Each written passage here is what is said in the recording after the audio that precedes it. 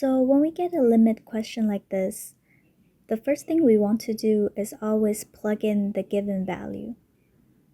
So let's do that first.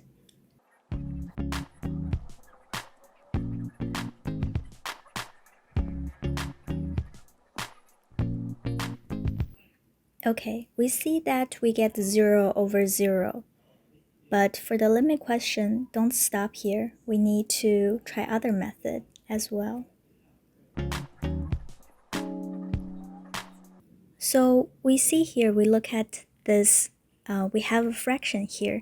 So there's a polynomial equation on the top and the bottom.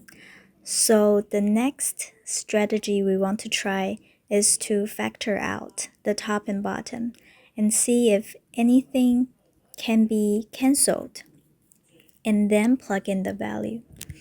So let's do from the bottom. T squared minus 9. That is equal to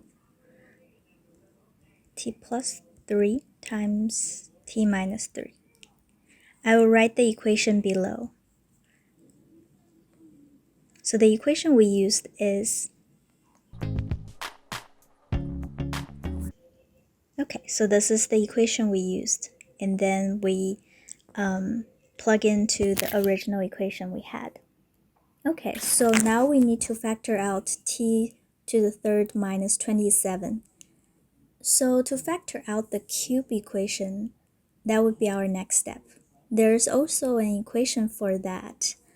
So if you don't remember what's the equation, let me show you.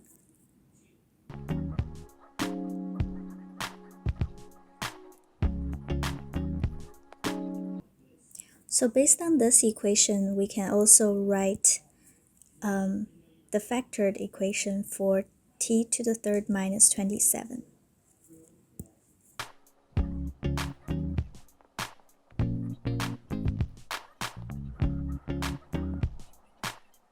Okay, that's great. But what if we don't remember this equation? Because as you can see, it's kind of a long equation, and you might not remember that on top of your head. What if it's during an exam? There is another thing we can try to solve this problem, which it would be using long division.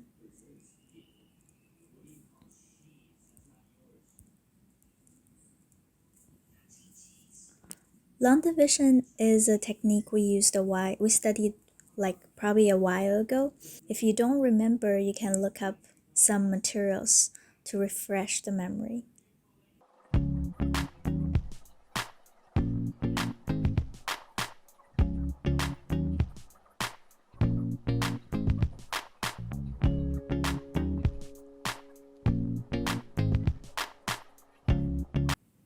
So here, if we use equation 1 minus equation 2 again, we will get negative 54, which means if it's not equal to 0, it means it cannot be factored out by this factor.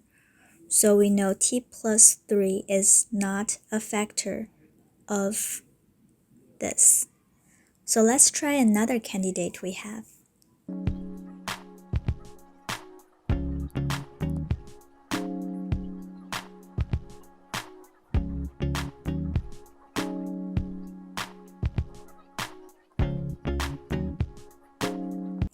So here at the final stage, we use equation 1 minus equation 2.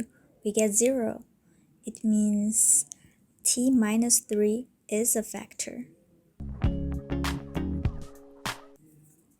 So the original equation can be factored out by t minus 3 times this part. Okay, so step 3, let's plug in.